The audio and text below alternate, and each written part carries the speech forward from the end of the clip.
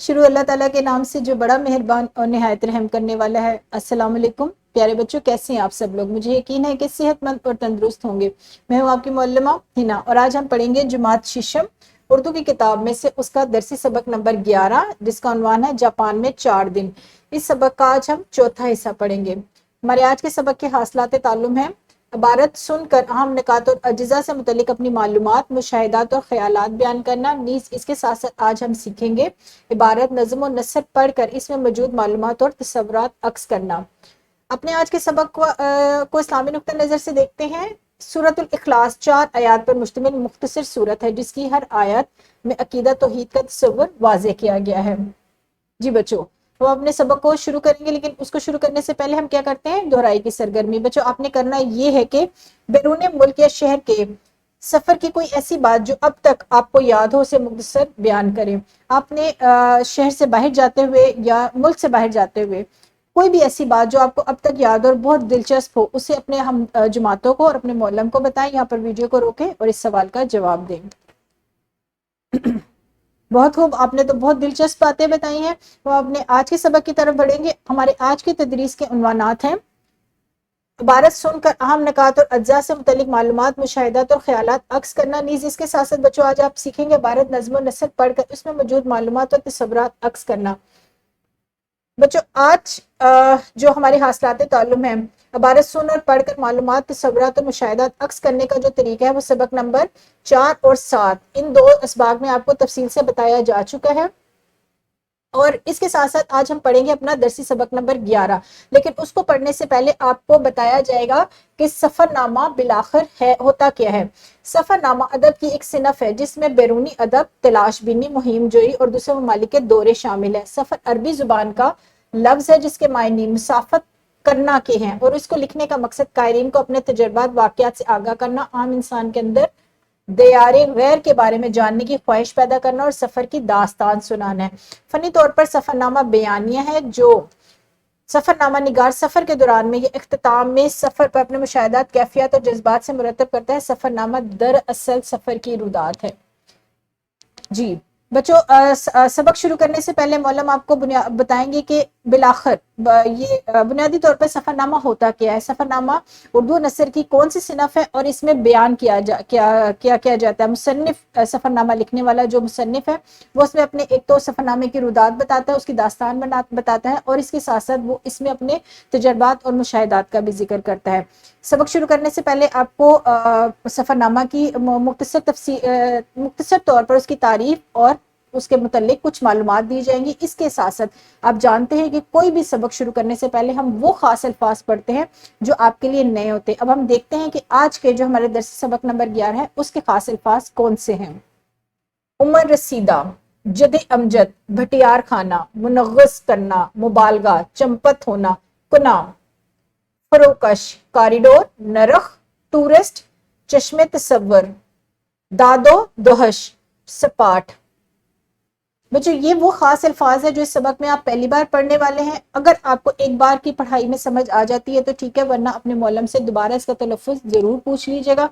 तो अपना सबक शुरू करेंगे। सबक में ये बयान है गेंजवाइन कानको होटल, जैसा अजीब नाम वैसा अजीब होटल, खासा उमर सीधा मालूम होता है। जैसे हमारे जद अमजद जन्नत से निकाले गए थे तो एक दो रोज तो जरूर यही कयाम फरमा रहे होंगे। क्या जब इसी कमरे 411 नंबर में फरोकश हुए हों।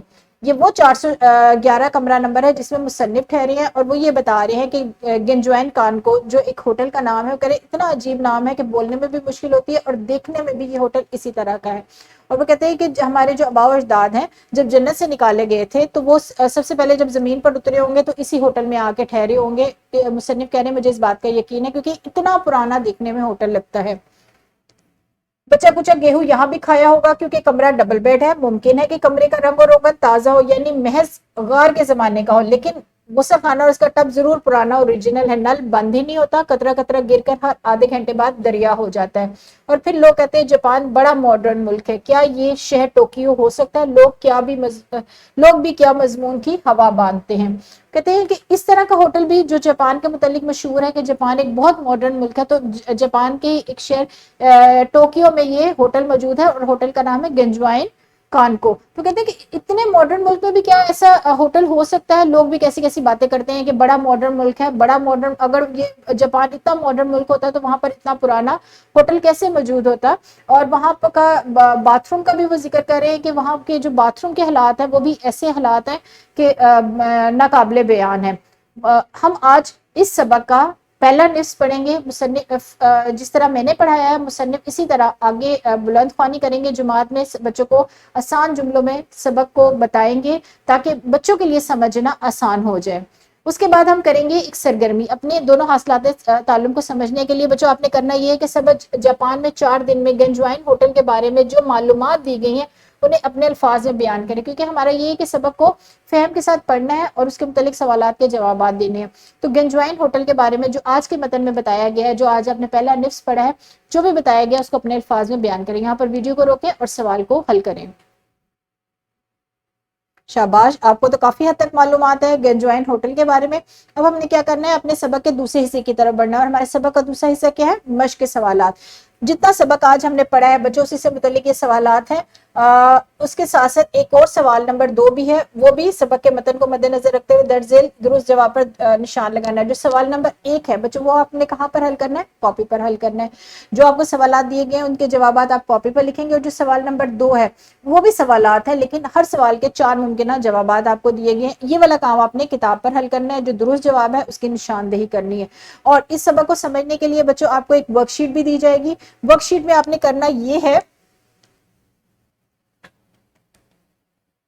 سبق جاپان میں 4 دن, اس کے متعلق آپ کو ایک عبارت دی گئی ہے. اس عبارت سے متعلق یہاں پر آپ نے اس معلومات کو اور تصورات کو اپنے الفاظ میں بیان کرنا ہے. یہ سبق سے متعلق ایک عبارت ہے, اس عبارت کو آپ نے توجہ سے پڑھنا ہے. اور توجہ سے پڑھنے کے بعد بچوں آپ نے کیا کرنا ہے, دی گئی عبارت سے متعلق معلومات اور تصورات آپ نے اپنے الفاظ میں بیان کرنے ہیں. آپ نے بتانا ہے کہ اس عبارت میں آپ نے پڑھا کیا ہے اور آپ کو سمجھ کیا ہے, اور اس اپنی سمجھ, اپنی معلومات, اپنے تصورات, اپنے خیالات کو آپ نے اپنے الفاظ میں بیان کر کے یہ ورک شیٹ حل کرنی ہے. تو بچوں جہاں تک آپ کا کام آج جماعت میں مکمل ہو جائے گا وہ بہت اچھی بات ہے.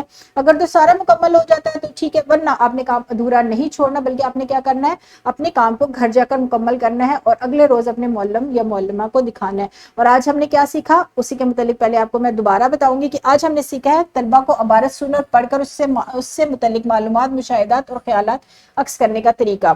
یہ میں نے آپ کو آج کے سبق میں بتایا. تو بچوں یہاں پر میں اپنے سبق کو ختم کروں گی. مجھے امید ہے, بلکہ مجھے یقین ہے کہ آپ کو آج کا سبق بہت زیادہ پسند آیا ہوگا. کل دوبارہ اسی سبق کے ایک اور موضوع کے ساتھ میں ملوں گی.